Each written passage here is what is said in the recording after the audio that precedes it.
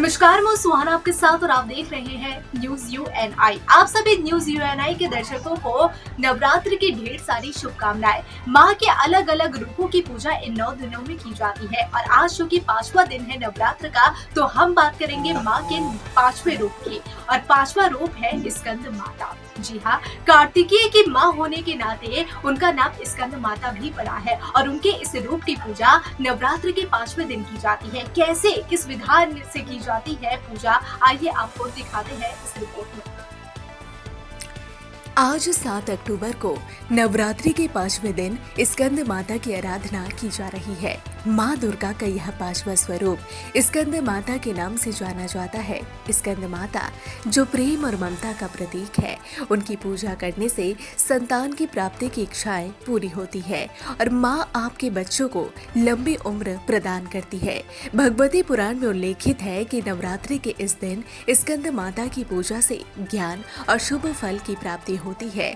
माँ ज्ञान, इच्छा शक्ति और कर्म का समन्वय है। जब शिव तत्व और शक्ति का मिलन होता है तब स्कंद अर्थात कार्तिकेय का जन्म होता है। आइए हम स्कंद माता की पूजा विधि के बारे में जानते हैं। माँ स्कंद माता का स्वरूप।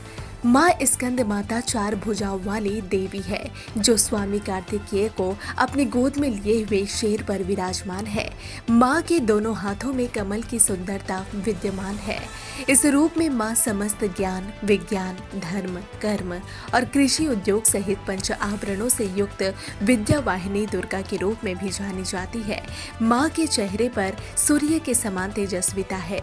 स्कंद माता की पूजा में धनुष बाण अर्पित करना भी शुभ माना जाता है। तो चलिए अब आपको बताते हैं किस विधि से करें स्कंद माता की पूजा।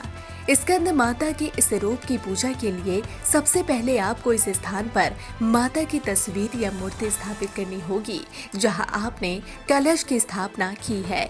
इसके बाद माता को फूल अर्पित करें और फिर फल और मिष्ठान का भोग लगाए, धूप और घी का दीप जलाए और अंत में माता की आरती करें।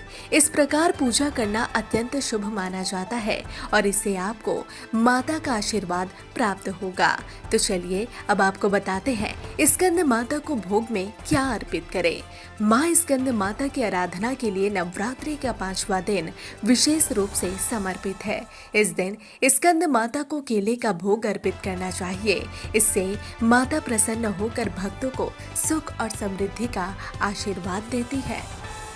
इस दुर्गा पूजा न्यूज यूएनआई लेकर आया है आपके लिए एक खास प्रोग्राम जिसमें आप घर बैठे देख सकते हैं कोलकाता के तमाम पूजा पंडाल। घर बैठे कर सकते हैं सारे पंडालों में माँ के दर्शन, वो भी लाइव।